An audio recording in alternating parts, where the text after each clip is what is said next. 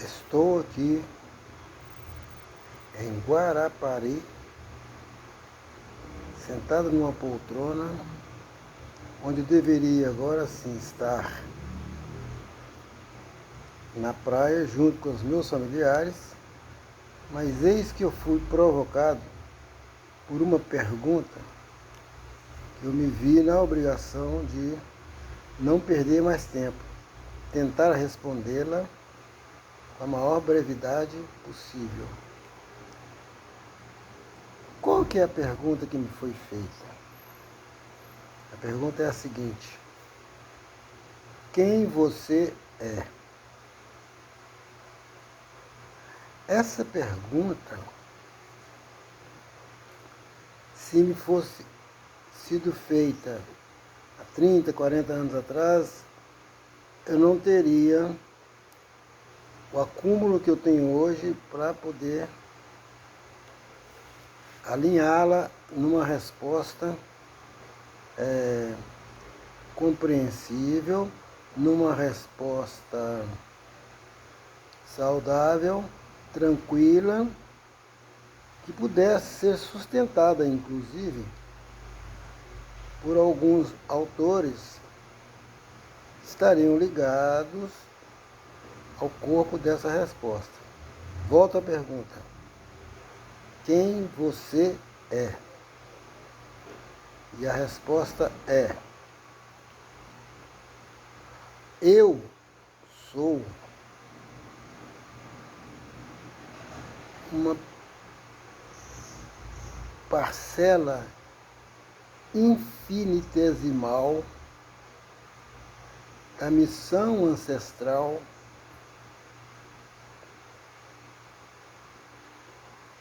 nesse viver. Que viver é este? Que parcela infinitesimal é esta? E o que é o infinito, então? A física nos diz que, se pegarmos o algarismo 8 e escrevê-lo na horizontal e alongarmos, nós teremos um símbolo que significa infinito. Pronto, isso é o que a física nos ensina. Mas se adentrarmos um pouco mais, esse infinito você tem mais infinito, ou seja, que tende interminavelmente para um lado, e tem da mesma forma o menos infinito, que também tem o contrário, uma duração interminável pelo lado oposto. Entretanto, eu falei também em ancestral. Então eu sou uma parcela infinitesimal da missão ancestral. Quem é o ancestral, então? O ancestral seria uma linha sem início e sem fim,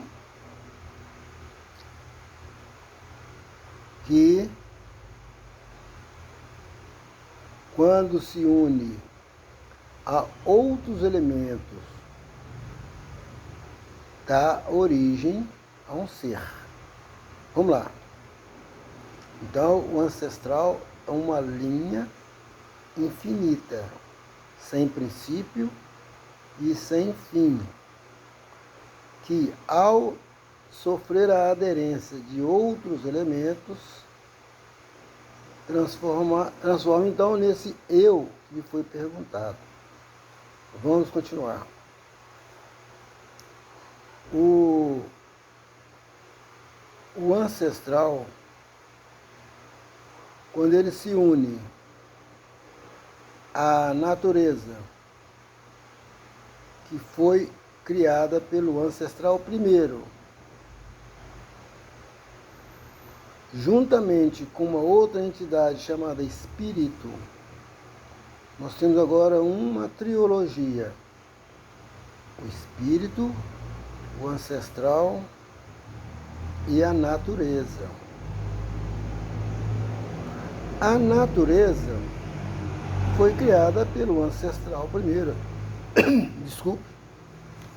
Pelo Ancestral primeiro, que foi o Criador de tudo que há no universo, sendo para o Banto a sua própria explosão para a criação dessa sua obra chamada Universo. E esse universo é então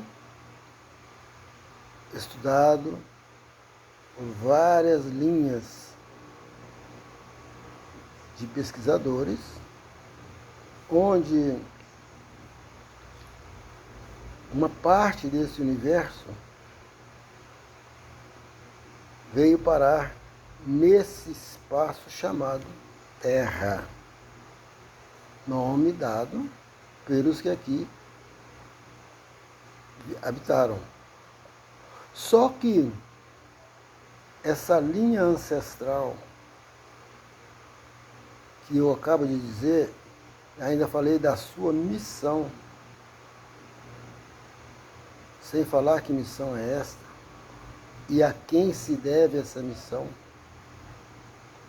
Se o ancestral é uma linha sem início e sem fim, eu posso afirmar que esse ancestral é o próprio Criador. Que vários segmentos religiosos dão nomes diferentes. Há quem o chamam de Deus, há quem o chama de Jeová, há quem os chama de arquiteto do universo, tanto pela arquitetura que ele deixou que aí está. Há quem o chame de Zambi, há quem o chame de Obatalá. Então, esse ancestral tem vários nomes, conhecidos por vários nomes. E ainda está a pergunta no ar: quem você é? Bom, o nome que me deram nesta minha passagem por aqui é Geraldo André da Silva, que incorporei ou mais os elementos da natureza, que são muito bem estudados na tabela periódica da química. Esses elementos da natureza nós os reconhecemos como, alguns reconhecem como orixá, outros reconhecem como inquice, outros reconhecem como vodum. Eles vão dar a nós os nossos instintos básicos e vão dar a nós o nosso psicossomático. Percebe então que a natureza unida ao ancestral, mas esse espírito vão se transformar, não, mas vão ser esse que vos fala,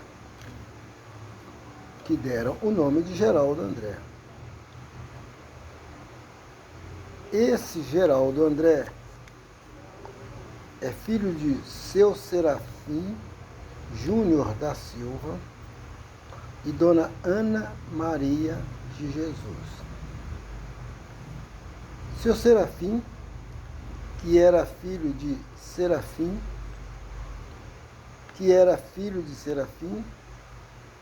e que tem a sua origem num país chamado Angola, num município chamado Sumbe,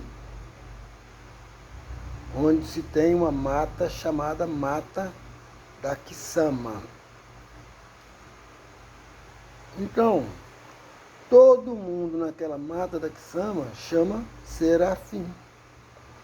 Então, se meu pai era Serafim, meu tio Serafim, meu avô Serafim, há de se deduzir, exatamente pelo conceito que eu dei de infinito, que a minha raiz teria vindo dessa aldeia na mata de Quixama, né? Pela linhagem direta do meu pai. Bom, só que se formos dimensionar esse pequeno trajeto, nós vamos sair da África como escravos ou escravizados, e esses escravizados, com certeza, foram aportados, os que chegaram vivos, no litoral do Rio de Janeiro, porque o meu pai era carioca. Então, o seu Serafim nasceu no Rio de Janeiro. Ou o pai dele então não era do Rio de Janeiro, mas já era escravo, porque o meu pai teria nascido, talvez beneficiado pela lei do ventre livre, se fizermos uma contagem regressiva de quando ele morreu, porque ele morreu com 83 anos e eu tinha 11. Se eu tinha 11, ele tinha 83, hoje eu tenho 78, tá fácil descobrir que ele nasceu exatamente quando foi promulgada a lei do ventre livre, ou seja, todos que nascessem daquela data para frente não seriam mais escravos. Só que essa situação de lei do ventre livre é como se você hoje pegasse um passarinho que foi criado na gaiola o tempo inteiro, desde seus antepassados, tal, nasceu na gaiola, foi criado na gaiola, aí você abre a gaiola e solta esse passarinho. O que será que vai acontecer com ele? No mínimo vai morrer de fome. No mínimo. Aí, o que acontece então com o seu Serafim, que nasceu sob os auspícios da lei do ventre livre? O pai escravo, e ele cresceu aprendendo as coisas de sobrevivência com o pai. Como se isto não bastasse, ele se casou com a dona Ana Maria de Jesus, ainda no Rio de Janeiro, que era uma índia da raça Bugre. É interessante ver que dessa união vieram 12 filhos, 8 mulheres e 4 homens.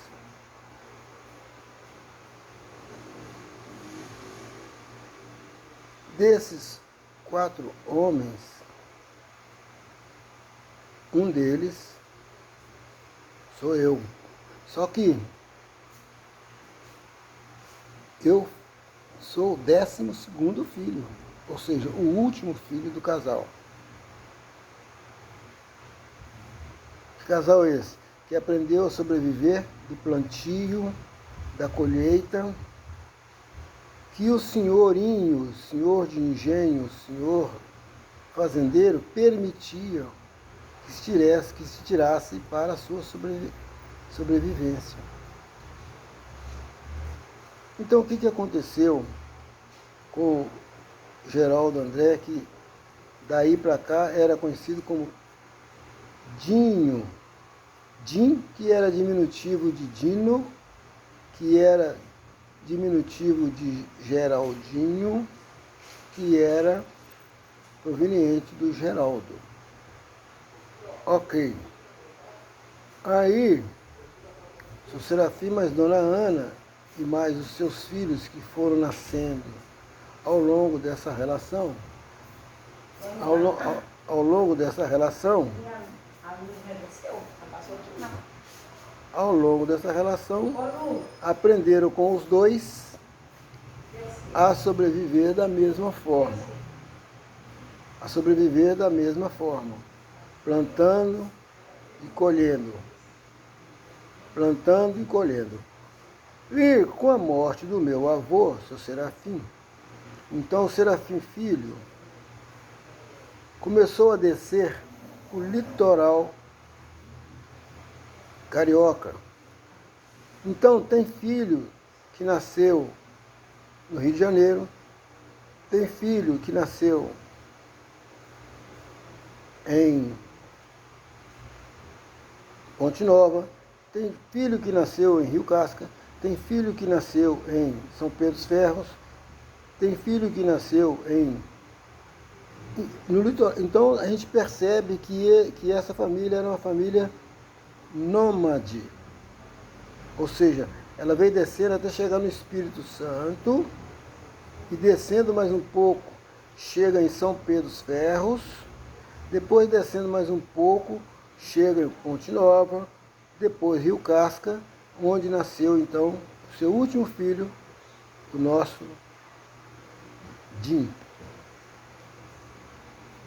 Bom, eu me lembro, sabendo-se que Jim é exatamente a união do ancestral com a natureza e com o espírito. Os três juntos deu esse ser chamado Jim. Só que esse ser chamado Jim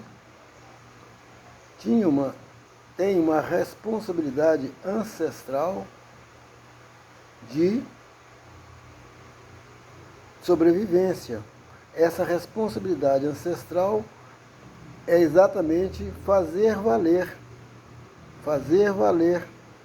a confiança nele depositada pelo Criador, para que esse espírito, agora em forma de um triólogo, né? Triologia, que esse espírito cumprisse a sua missão. E nós sabemos que o Banto, a missão só está cumprida quando a pessoa se torna idosa, como meu pai, que morreu com 83 anos. Tudo que ele pôde dar para os filhos e filhas, ele deu. As moças trabalhavam no canavial tão bem quanto os homens. As moças trabalhavam no cafezal tão bem quanto os homens. As moças cantavam tão bonito como cantavam os homens. O trabalho era todo entoado com cantigas, canções maravilhosas, porque a canção é a única forma de conduzir um processo que tem algum sacrifício físico no seu arcabouço. E o viver do africano livre, do ventre livre, nunca foi fácil, porque ele trabalhava para o dono das terras e plantava um pouco para que pudesse sustentar a sua família. E eu me lembro muito bem que a gente era levado para a lavra, né, para as lavouras, e nós, menorzinhos, eu, Camilo, que tinha uns 5 anos por aí, ou menos, a gente ficava sentado ou deitado em cima de esteiras, debaixo de um cafezal, coisa assim, brincando, apreciando, então, os mais velhos trabalharem. Aí a Dona Ana Maria, ela ficava em casa preparando o almoço para levar para os meninos. Eu falo meninos, já os adultos que estavam trabalhando. Essa coisa eu me lembro dela até quando nós saímos de Rio Casca. Por que nós saímos de Rio Casca?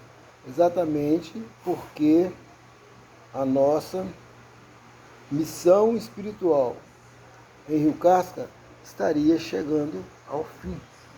Nós teríamos que partir para uma outra, até mesmo a minha missão ancestral deveria tomar um outro rumo a partir daquela época, daquele período. Então nós tínhamos uma família que pegava uma fazenda para cuidar, ficava ali 2, 3, 4, 5 estações fazendo aquela fazenda produzir de maneiras tais que depois partia para outra fazenda. Como nesse período já não tínhamos muito, olha que teríamos vindo do Rio de Janeiro. Então, veio descendo, chegamos a Rio Casca. Conclusão, o meu pai mandou para Belo Horizonte 2 de seus filhos mais velhos para tentar a vida na capital, enquanto os outros continuavam em Rio Casca trabalhando na lavoura. Todo mundo. E esses 2 filhos que vieram para a capital, um arrumou emprego aqui na fábrica de tecido da Cachoeirinha, e o outro arrumou emprego de ajudante de uma oficina mecânica, oficina de automóvel, que acabou aprendendo a profissão de mecânico de automóvel.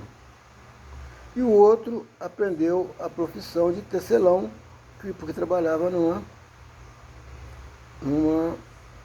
fábrica de tecidos. Muito bem. Esses senhores, um chamava Raimundo e o outro chamava Damásio. Os 2 tinham a missão de arranjar casa aqui em Belo Horizonte para que pudesse trazer a família para cá. E assim foi feito. Com o passar dos anos, Raimundo e Damásio falou para o meu pai: pronto, o senhor já pode trazer a família, nós já vamos alugar uma casa aqui, onde nossa família vai morar. E nós viemos de Rio Casca para cá, uma viagem longa, muito longa, demorou o dia inteiro.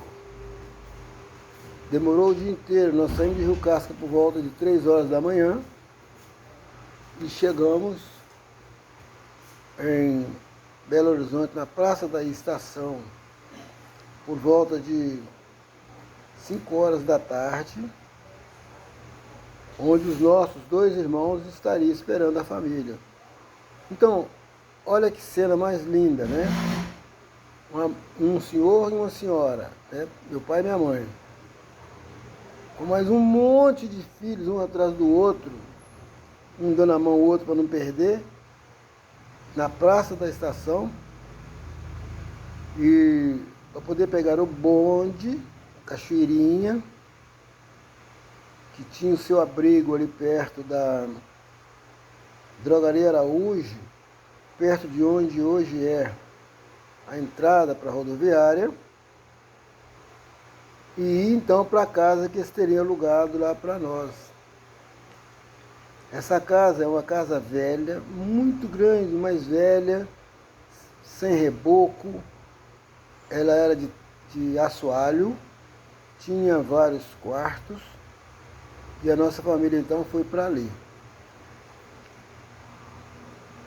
O meu pai, quer dizer, ele tinha a missão de nos conduzir ao longo da vida, que seria o papel dele como parte do ancestral dele também. Portanto, a minha ancestralidade começa com meu pai, a dele começa com o pai dele, portanto, esse ancestral, que eu falei que é uma linha contínua, ele vai chegar até Zambi, o Criador de todo o universo. Muito bem.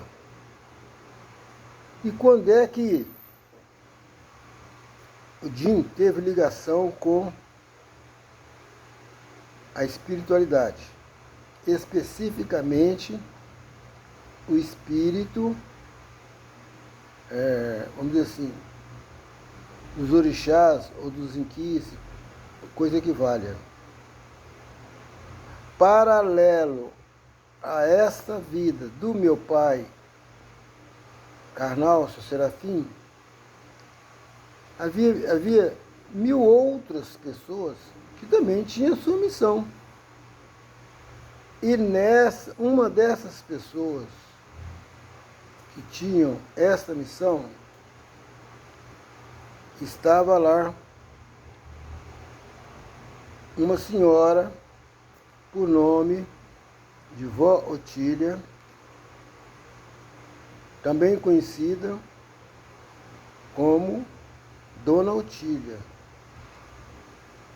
Ela tinha sua carreira de vida também pousada, não só na ancestralidade, na espiritualidade, mas também no espiritismo, a incorporação espiritual.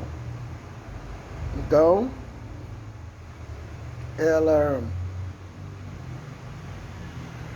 veio a ser a primeira pessoa que eu tive contato real com a espiritualidade, que nós chamamos de orixá e tal, preto velho, caboclo, etc.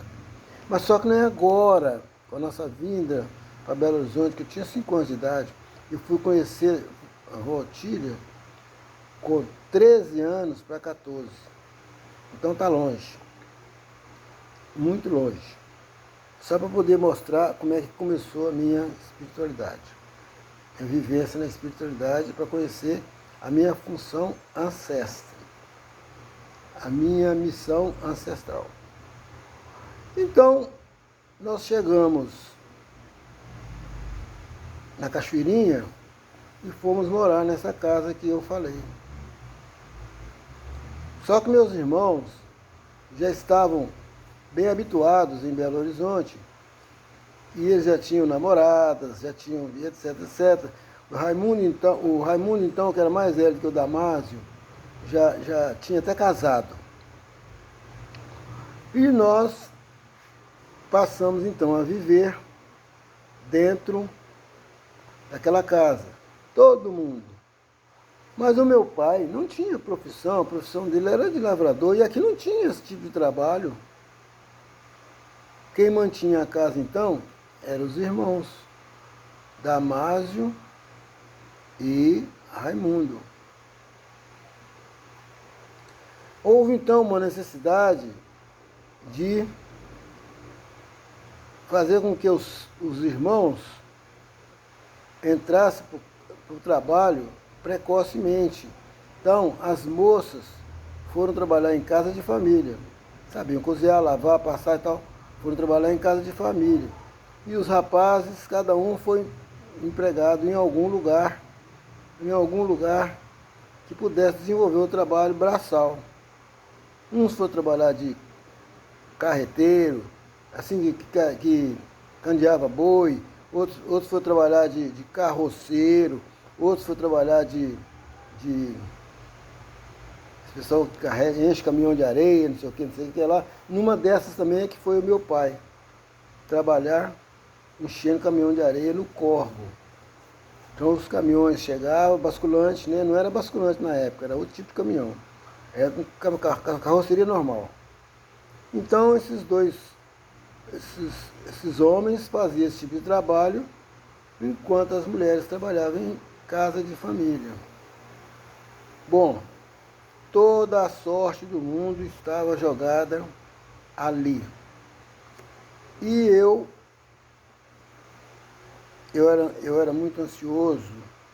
Não sei se era questão do espírito, né? Eu era muito, vamos dizer, não é realizador também não. Eu era muito peralta, muito hiperativo. Mas eu naquela idade, 5, 6 anos, eu já trabalhava assim, por exemplo, eu chegava numa casa E perguntava à dona, seu dona, só quer que eu arrumo muda de planta para a senhora? A dona, eu quero. A gente saía pelas casas pedindo muda de planta, muda disso, muda daquilo, e pegava essas mudas todas e dava para as pessoas. Aí eles davam para a gente um dinheirinho, 50 centavos, dava para a gente alguma coisa. E a gente entregava o pai da gente, porque ele sabia o que tinha que fazer com aquele dinheiro, e a gente não. Bom, Dinho foi crescendo, 6 anos. Aí com 7 anos, eles colocaram o Dinho numa escola chamada Grupo Escolar Euvaldo Lodge, lá no Parque São João Batista, que era onde a gente estava morando, a Cachoeirinha. E, por incrível que pareça, eles não conseguiram me manter porque tinha que comprar lápis, cadernos, essas coisas, e não tinha dinheiro. Então eu tive que abandonar a escola ainda no primeiro ano, sem saber nem escrever o nome. Fiquei de novo dentro de casa, junto com minha mãe, eu e minha irmã, logo acima de mim, deve ter uns 2 ou 3 anos mais velha que eu, que é a chamada Neves, que também foi iniciada dentro do santo, na missão ancestral. Mais tarde, né? Bom, o meu irmão Damásio tinha uma namorada chamada de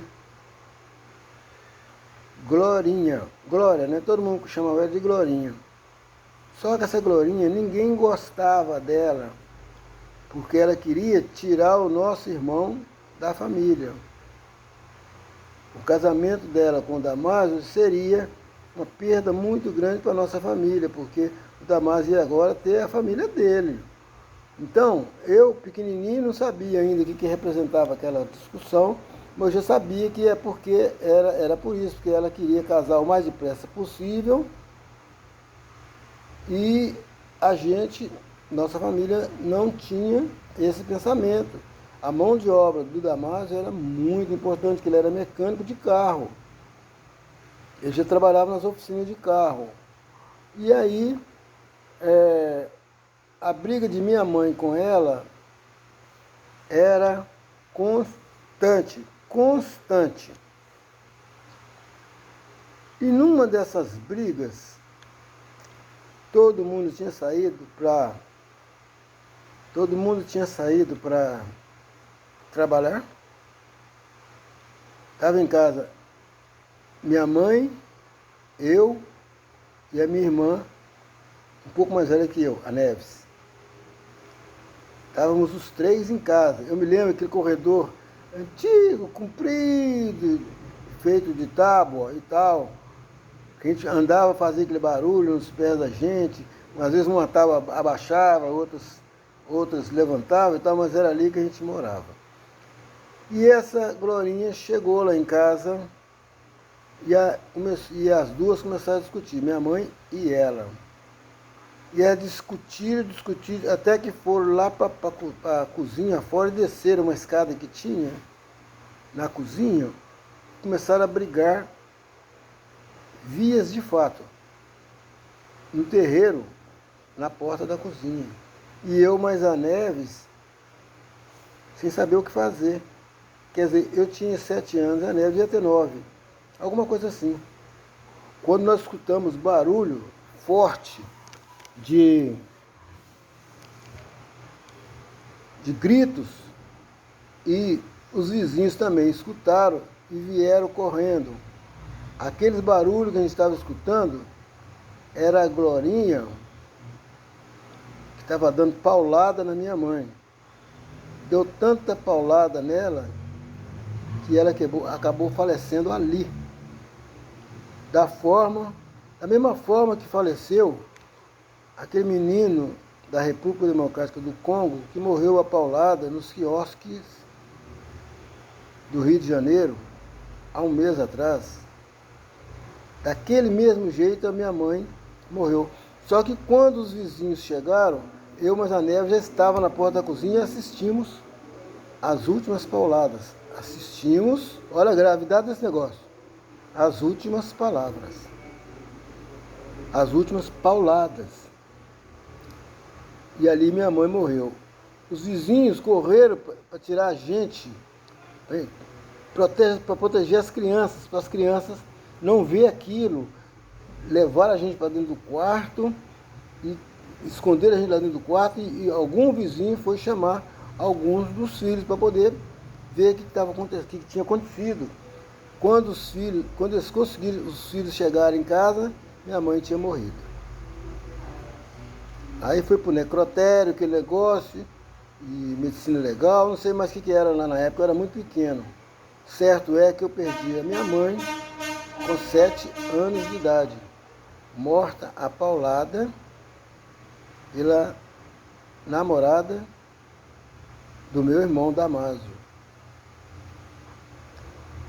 Essa foi uma prova muito grande do alimentar do ancestral, porque eu não conseguia entender, mas eu consegui suportar a perda da minha mãe, de tal forma que o meu pai, esse que estava trabalhando fora também, eu não sei como é que ele suportou isso, mas ele nos acalentava, né? E as irmãs também, alguma ou outra, então, que eram mais velhas, também ajudavam. Mas era muito difícil para mim entender o que estava acontecendo na época.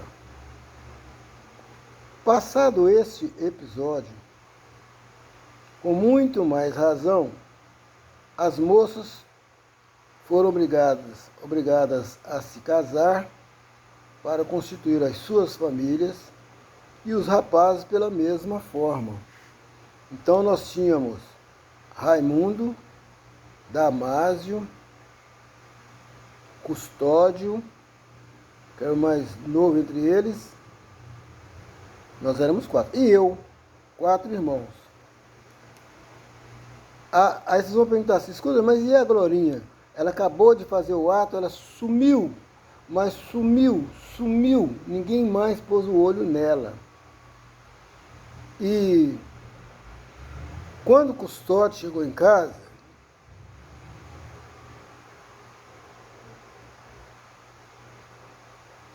consigo falar não.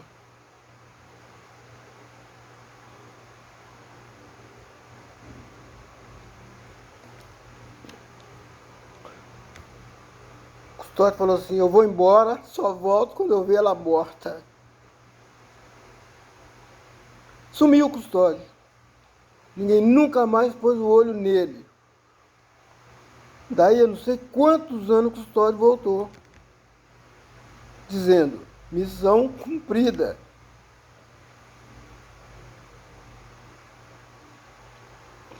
Eu não entendia nada, absolutamente nada. Desculpa eu estar chorando, mas eu estou aproveitando esse tempo porque está todo mundo na praia, só eu que estou aqui. Glória com todo mundo. Com essa situação, ficamos eu e a Neves à deriva, cada dia na casa de um irmão ou de uma irmã, que alguns já tinham, estavam se casando. E aí,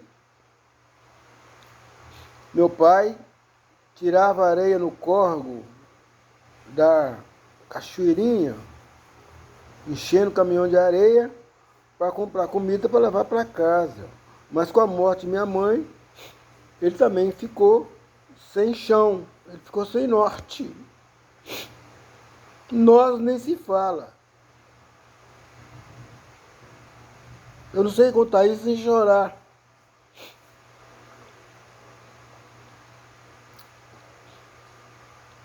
E numa dessas, como lá era o córrego, era um córrego de esgoto a céus aberto, esgoto a céu aberto, o meu pai contraiu toda a sorte de doença que a gente pode imaginar. Então, Mesmo assim, ele continuava a trabalhar. E quando eu tinha, então, 11 anos de idade, meu pai veio a falecer das doenças que ele contraiu no que ele contraiu tirando a areia no córrego. E os outros irmãos trabalhando aqui e acolá, cada um num lugar, para dar sustento às suas famílias, que eles também tinham contraído famílias. E eu, cada dia, ficava na casa de um, mas eu sabia que eu era um peso, porque eles também tinham suas famílias. E aí, com 11 anos de idade, meu irmão pegou e me levou para trabalhar com ele na oficina de carro, onde eu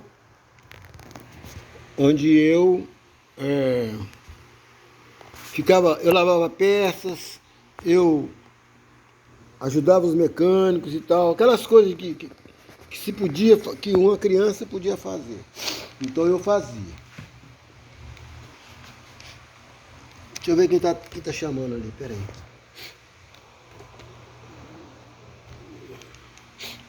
Daí eu fui. Ah não, já sei quem é. É um menino querendo vender negócio. Aí, eu na oficina, agora sim, eu me matriculei no grupo escolar Silviano Brandão, lá na rua Itapicirica.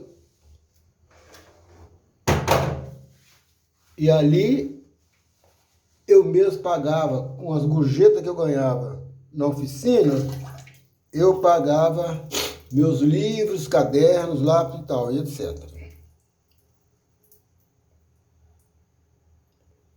Só que, nesse período, então, eu morava com meu irmão Damásio, né, o mecânico. Eu morava com ele, estudava no Grupo Escolar Silviano Brandão e trabalhava fora do horário da escola, então eu trabalhava na oficina, onde eu aprendi a profissão de mecânico. Só que eu estava sendo um peso para o meu irmão, porque a esposa dele não queria ter mais um filho para criar, já que eles só tinham um filho, né? Que era chamava Ronildo, o menino. Aí eu me vi então obrigado e guiado pelo ancestral, eu me vi sendo obrigado a morar na rua. O que é morar na rua? Morar na rua significa o seguinte: eu saí da oficina onde é que eu trabalhava com ele, fui para outra oficina e lá eu dormia dentro dos carros. Dormia dentro dos carros, comia no bandejão, que era ali na feira de amostra, onde hoje é a rodoviária. Então eu almoçava no bandejão, era uma refeição por dia. Trabalhava nas oficinas, dormia dentro dos carros e assim era. Fui levando a vida. E me formei no 4º ano primário, nessa escola, Grupo Escolar Silviano Brandão. Tirei o 4º ano primário. Quando a gente tirava isso, a gente recebia um diploma, eu me lembro disso. Então eu recebi meu diploma primário. Então eu já sabia ler, já sabia escrever, já sabia alguma coisa de geografia, matemática, alguma coisa, aritmética, né, claro. Lá estava eu. Daí, eu mudava de oficina daqui para ali, e fui vivendo a vida. Quando eu tinha, então, 12 para 13 anos, aí sim foi que eu conheci a dona Otília, que era que eu falei lá, chamada de vó Otília, porque ela trabalhava no pronto-socorro, que era ali em Santa Efigênia, na Rua dos Otones, 762. Era ali o pronto-socorro. Então ela trabalhava como cozinheira naquele pronto-socorro. E a cozinha era no quinto andar. Ela só tinha 5 andares. E o que aconteceu? Eu, acostumado desde menino a cantar muito, eu trabalhava na oficina ao lado do pronto-socorro. Eu cantava o dia inteirinho. Até agora eu não cheguei no candomblé, né? Eu tive que chorar um pouco. Aí eu fui pro... Quando eu chegava do lado de fora da oficina, que eu olhava assim, lá no quinto andar do pronto-socorro era a cozinha. E a dona Otília trabalhava na cozinha, de cozinheira. Quando eu olhava lá para cima, tava aquele monte de cozinheira e copeira olhando cá para baixo para ver quem é que estava cantando tão bonito naquela oficina lá embaixo. Era eu. Viu como eu era metido? Eu tinha até plateia. O dono da oficina achava ruim que eu cantava muito alto e às vezes ele não gostava. O tal de Dimas eram sócios. Tinha o Dima e tinha o Milton. Os dois eram sócios. O Milton era mais legal, mas o Dimas não gostava que eu cantasse. E eu estava acostumado a cantar desde sempre. Daí,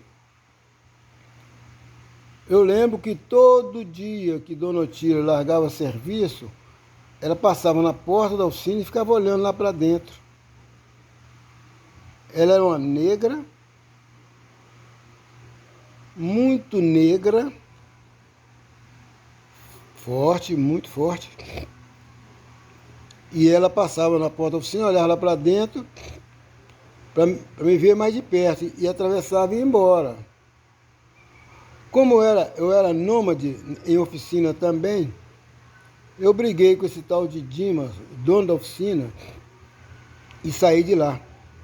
E fui trabalhar numa oficina na Avenida do Contorno, vê aqui, 2600. É na Avenida do Contorno, 2600. Esse local era exatamente em frente à favela do Perrela. A famosa favela do Perrela. Porque ali perto é que tinha o frigorífico dos Perrelas. Bem ao lado do Rio Arrudas. Então a favela era beirando o Rio Arrudas, que agora é Via Expressa. Bom, na oficina eu continuei cantando, nessa nova oficina, continuei cantando como sempre cantei, trabalhando e cantando. Um dia eu percebi que tinha uma dona do lado de fora.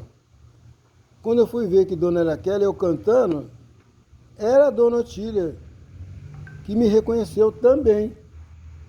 Me reconheceu, olha, isso é aquele menino que fica cantando, que ficava cantando lá naquela oficina, ele sumiu, então ele está trabalhando aqui, pronto. Aí eu peguei e fui, deixa eu pegar o computador aqui, só um instantinho.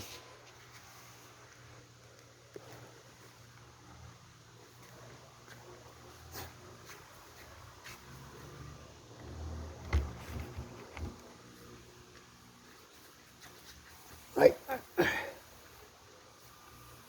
Então deixa eu ligar aqui, a bateria está acabando. Pronto, voltou. 5% só. Muito bem. Daí, a vó Otília descobriu então que aquele menino que estava ali naquela nova oficina era o mesmo menino lá de perto do pronto-socorro, onde ela trabalhava. Só que, como eu era muito moleque e bom de bola, em frente ao frigorífico do Perrela tinha um largo de chão que os meninos faziam, jogavam futebol, ele fazia pelada. E eu era muito, mas muito bom de bola. Toda brecha que dava na oficina, estava eu lá no Perrela, jogando bola. Aí, também dormia na oficina. A mesma coisa, igual era, não mudou nada. Aí o que que acontece? Desses meninos que jogavam bola no Perrela, tinha um, todo dia ele me enchia a paciência. Ele me chamava de Escuro. Ô Escuro, você me leva lá para a oficina para você poder me ensinar uma profissão igual você tem. Eu falava, que isso? Você não dá para isso não, você... Ah, ô Escuro, poxa, ô Escuro, todo dia esse menino me enchia a paciência. Por que você me ensina a sua profissão para poder aprender também igual você e tal? Ah. Quando foi um dia desses, eu não sei por que cargas d'água, eu falei com esse menino assim, quer saber de uma coisa? Você está me enchendo muita paciência, então eu vou te levar para a oficina, para você poder aprender a pintar carro. Quer? Ele falou, quero, claro, quero. E eu levei ele para a oficina, para poder aprender a pintar carro. E eu comecei a ensinar ele a pintar carro. E tinha um horário que ele tinha que ir para a escola. Falei, onde você mora?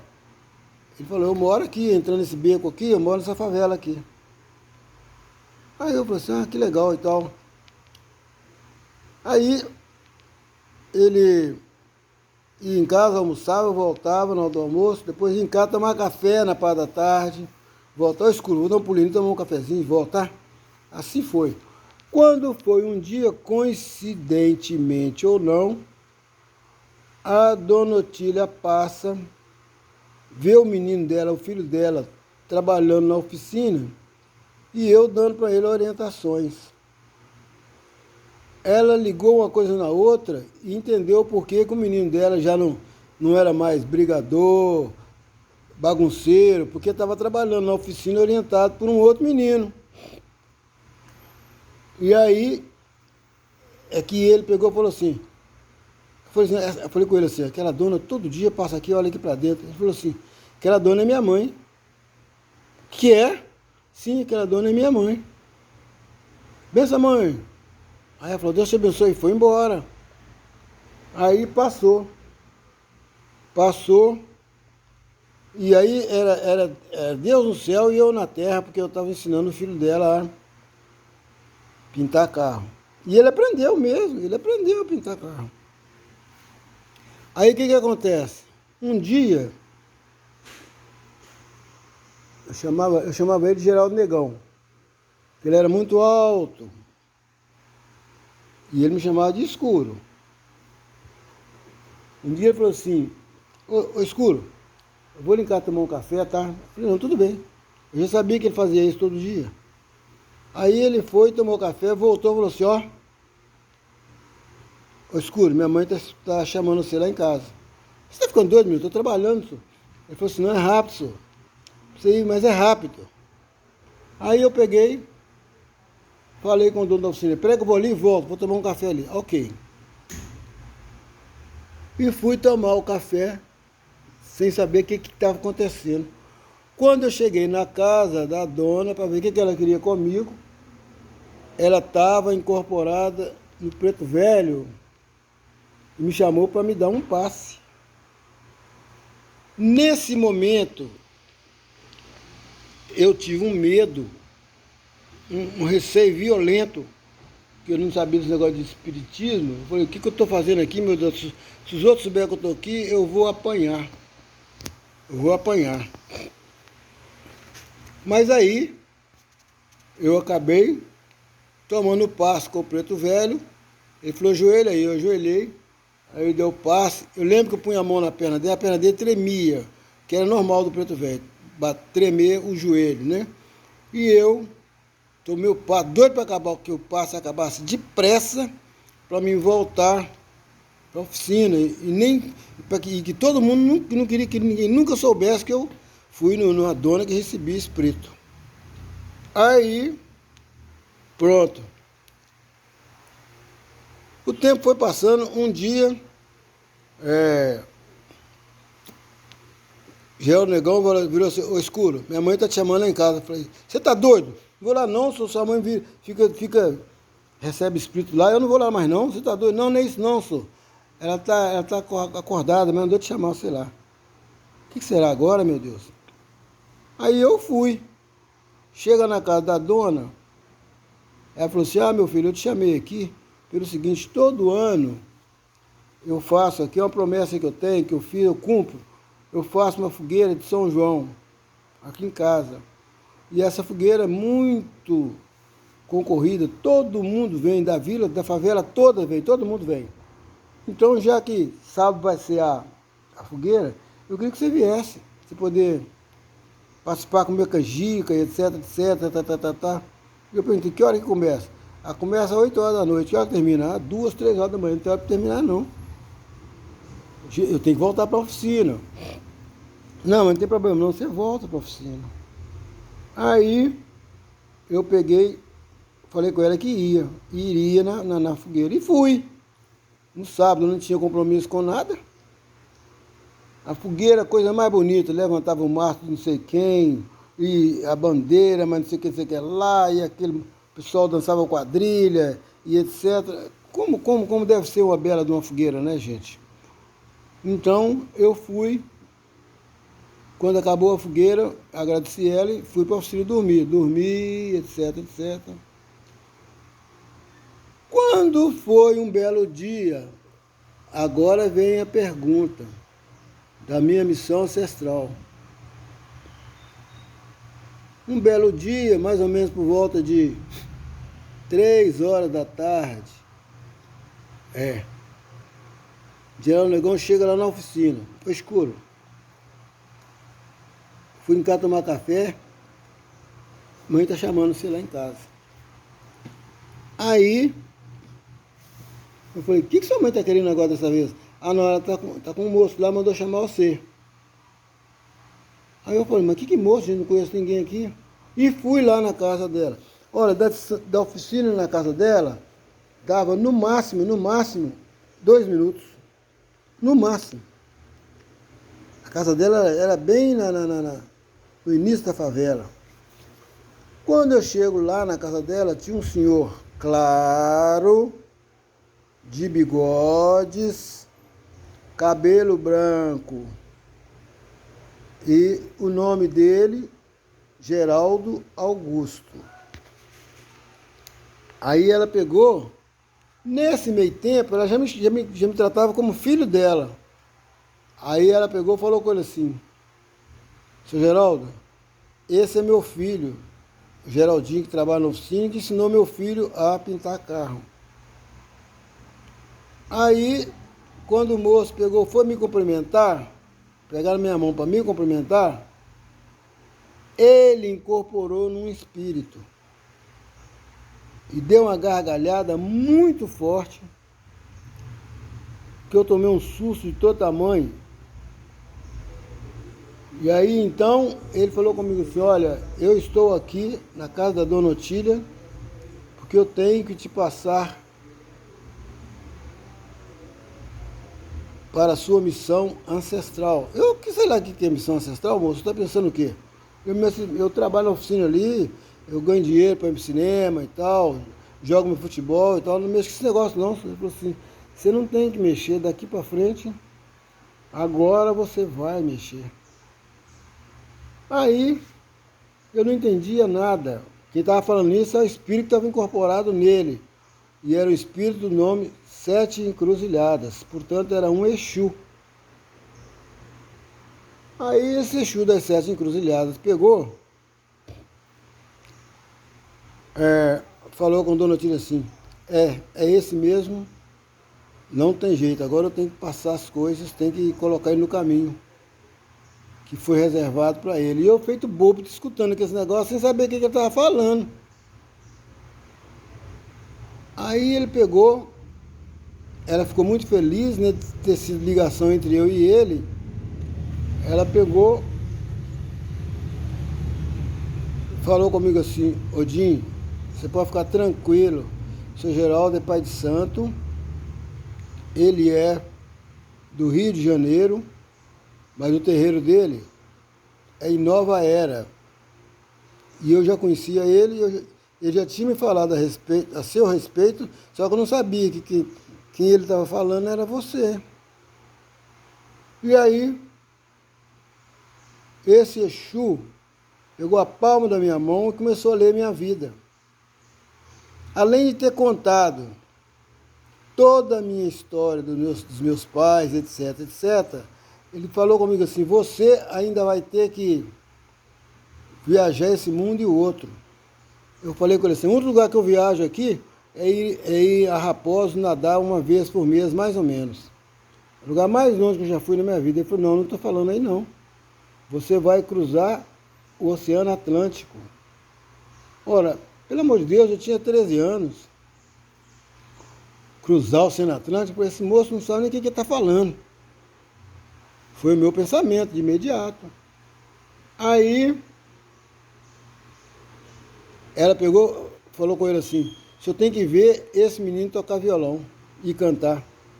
Aí ele falou assim, ó, ele canta, ele toca, cadê seu violão? Eu falei, ah, meu violão está ali dentro. Está ali dentro, ele fica guardado aqui. Busque lá. Aí, Geraldo Negão foi lá, buscou meu violão, e ele pegou e falou assim, canta um negócio para mim. Eu gostava de cantar e tocar, cantei um negócio para ele, e ele falou assim, agora vamos ver se você sabe tocar mesmo. Eu vou cantar e você vai me acompanhar. Olhem, ele cantou e eu acompanhei no violão. Cada música maravilhosa. Ele tinha um timbre de voz que de lá da rua se ouvia a voz daquele Exu cantando. E eu tocando violão. Ela comparsita, não sei o quê, noite de ronda, não sei, só aquelas cantigas antigas que tinha, né, antigamente, e eu no violão acompanhando. E ele ficou apaixonado comigo, porque eu sabia tocar muito bem na visão dele. Aí ele pegou e falou comigo assim, olha, você vai ter uma missão daqui para frente, mas você vai ter que estudar. E eu falei com ele, que estudar o quê, moço? Eu já sou formado, eu tenho diploma. Tá pensando o quê? Eu já tenho diploma. Qual diploma você tem? Eu tenho diploma que eu tirei no Grupo Escolar Silviano Brandão. Falei, quantos anos você estudou lá? Falei, 4 anos. Então você tem diploma primário? Falei, sim, eu sou diplomado. Aí ele deu uma outra gargalhada, mais grande, enorme, e fala assim, como é que você é bobinho? Eu não estou falando disso. Você vai ter que estudar, mas é muito, porque a sua missão, com esse nível intelectual que você não vai a lugar nenhum. Eu falei, você está ficando doido? Eu já estudei, eu não vou estudar mais não. Aí ele pegou, falou comigo assim, ó, nós vamos ficar por aqui hoje que eu tenho que viajar. Mas a sua missão começou a partir desse momento que eu te conheci aqui. Então, eu voltei para a oficina e fui trabalhar. Depois, Dona Otília falou comigo assim, ó, o seu Geraldo falou para eu levar você lá no terreiro dele, lá em Nova Era. Eu falei assim, eu não vou a lugar nenhum, aquele moço é doido. Ainda mais dando aquelas gargalhadas daquela altura, aquele moço é doido, eu não quero isso não. Ela falou assim, olha, eu sou espírita e nunca escondi de você. Você pode pôr a mão para o céu, porque sua vida vai mudar daqui para frente. Eu falei, não vai mudar, eu vou continuar sendo mecânico, vou continuar trabalhando em oficina e namorando, que eu gosto de namorar, jogar futebol e tocar violão. Pronto, só isso que eu gosto. Ela falou assim, não tem jeito. Se ele falou, você vai ter que cumprir, não tem jeito. Aí conversa vai, conversa vem, o tempo vai passando. Teve mais outros tempos que ele voltou na casa de Dona Otília e sempre eu tinha que estar lá, para ele poder conversar comigo e já ir me preparando para mudar para a nova era, porque ele tinha que me iniciar, né, nos mistérios da ancestralidade. Aí ele jogou búzio para mim, lá na casa da Dona Otília, e falou, você é filho de Ogum com Iemanjá. E você tem que fazer o santo, porque você tem uma missão importante, você não pode deixar de cumpri-la. Eu escutei mais ou menos aquilo, mais uma vez, não dei crédito, voltei para a oficina e tal. E um dia desses que ele chegou lá, mandou me chamar, falou assim, eu estou querendo te levar para jantar. Eu falei, não, aqui tem comida, daqui a pouco nós vamos jantar. Ele falou, não, quero te levar para jantar fora. Aí me levou, só que nós estamos falando do Exu, tá, gente? Eu não estou falando do Sr. Geraldo Augusto, meu pai de santo, não. Do Exu incorporado nele. Porque o Exu vivia mais incorporado que ele no puro. Aí, ele me levou na rua Curitiba, numa gruta que tinha lá, perto do Cine Acaiaca. Não, desculpe, Paládio, não, Acaiaca, é esse mesmo. Vitória Acaiaca, é esse mesmo, na rua Curitiba. Aí me levou para jantar lá. Aquele restaurante era chique demais. Eu nunca tinha pisado num restaurante tão chique. E os garçons tinham um monte de bandeiras dos países no peito. E eu perguntei ele assim, por que você tem esse monte de bandeira no peito? Ele falou assim, cada bandeira dessa é um idioma que o garçom sabe falar. Foi ali que eu tomei outro susto, porque todo o nosso atendimento foi feito ele falando francês com o garçom, mas falando numa nitidez que eu nunca podia imaginar que uma pessoa pudesse falar um francês tão fluente. E aí, quando eu pensava que ele estava falando em francês, ele passava para inglês e o cara respondia da mesma forma. Olha, nós ficamos eu tomando crush e ele tomando água, porque o Exu não bebia nada, ele tomando água. Daí nós fomos embora. Ele me levou para casa e depois pegou um táxi para ir para o hotel onde é que ele estava. Quando chegou em casa, eu fui contar aquilo para a dona Otília. Meu Deus, eu não tinha palavras para contar a comida que nós comemos, a qualidade de comida e o que eu bebi. Quanto tempo tinha que eu não bebia crush?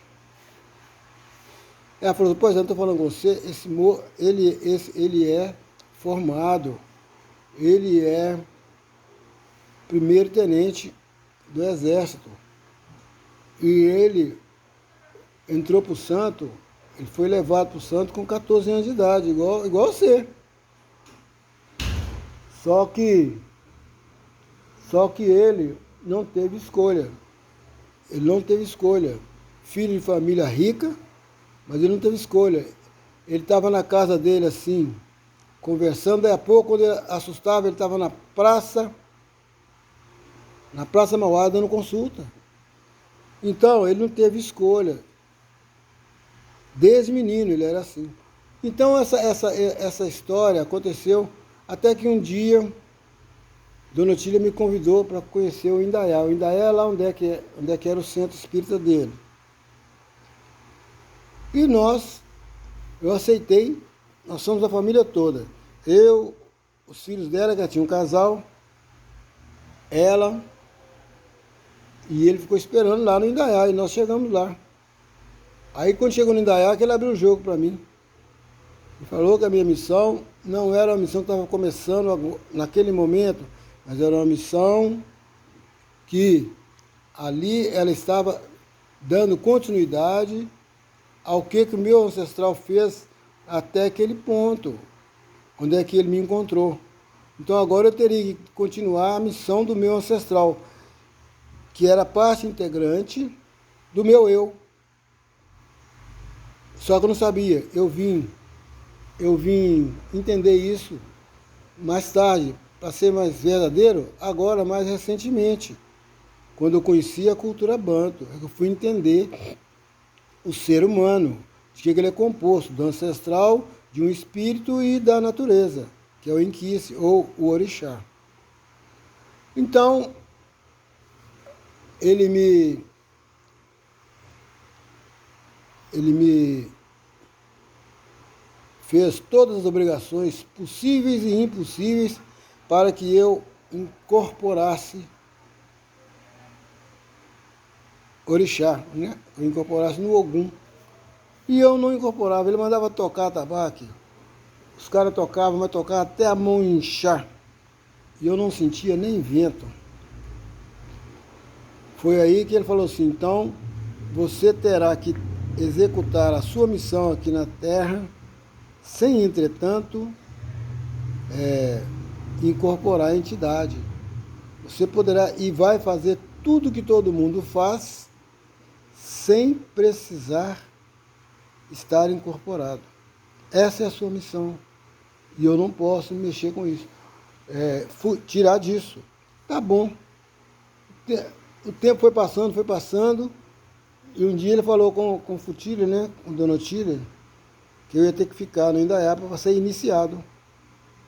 E eu fui então para o Indaiá para ser iniciado. Lá eu fiquei. E fui iniciado na nação de Omolocô. E aí eu comecei a aprender as coisas. Olha, o que eu aprendi no Omolocô, até hoje ainda estou tentando administrar. A questão dos mistérios da vida e da morte. O que eu aprendi no Omolocô. Só que, para eu ser reconhecido como zelador de santo ou pai de santo, que não incorporava, ele falou assim, olha, eu já estudei seu caso com todos os pais de santo que eu conheço. Naquele tempo era Joãozinho da Gomeia, Djalma de Lalu, Tata Fumutinho, Tata Siriaco, eram os pais de santo que tinham na época. Aí, todos eles foram unânimes em me dizer. Fechou ali? Fecha para mim ali. Fechou? Ah, obrigado. Ei, linda. Chegaram aqui duas lindas princesas, a minha netinha Luanda e a irmã da esposa do Ronildo. Muito bem. Aí, o que acontece? Todos eles me orientaram o seguinte, você vai ter que iniciar esse menino na nação de Angola puro. Aquilo que se faz na África, nação de Angola puro, para ele poder ser colocado, então, apresentado na sala para todos que estiverem presentes e você falar a missão dele, qual que é a missão dele. E ele assim fez, me preparou. Quer dizer, eu já era iniciado, né, no Omolocô, aí ele teve que dar outra obrigação em mim. Dessa forma nós já estávamos na Frimisa, no bairro Frimisa, em Santa Luzia.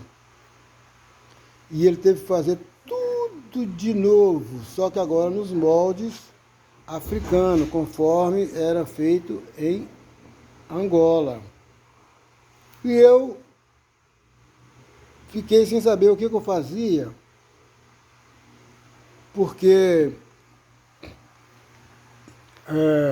os pais de santos de Belo Horizonte não entendiam por que uma pessoa que não incorporava no santo podia fazer outro santo, podia raspar santo, porque em Angola não tem isso. A pessoa não precisa estar incorporada para poder fazer um procedimento de iniciação, não precisa, basta ele ter conhecimento, ter sido preparado. Então, eu fiquei com essa carga nas costas e na obrigação de estar sempre demonstrando o meu saber para quem achava que eu não soubesse nada. Só que o meu pai de santo tinha que me dar os direitos, que chama DECAR, né? Tinha que entregar o DECAR na sala numa festa pública. E ele não deu tempo de fazer isso, porque ele já estava muito doente, então ele veio a falecer. Então meu pai de santo faleceu sem me entregar o DECAR.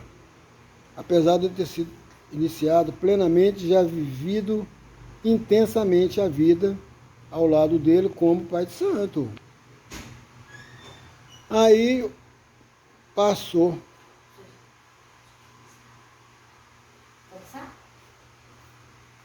A moçada queira saber se eu já quero almoçar. São 1h15. Eu vou parar 1h20 com essa gravação. Depois eu continuo outra gravação, partindo desse momento que meu pai de santo morreu. É exatamente. Eu vou parar por aqui e vou retomar nesse momento que meu pai de santo morreu. Então, o outro vídeo eu vou continuar com a morte dele. Agradeço, peço licença para eu poder interromper a gravação.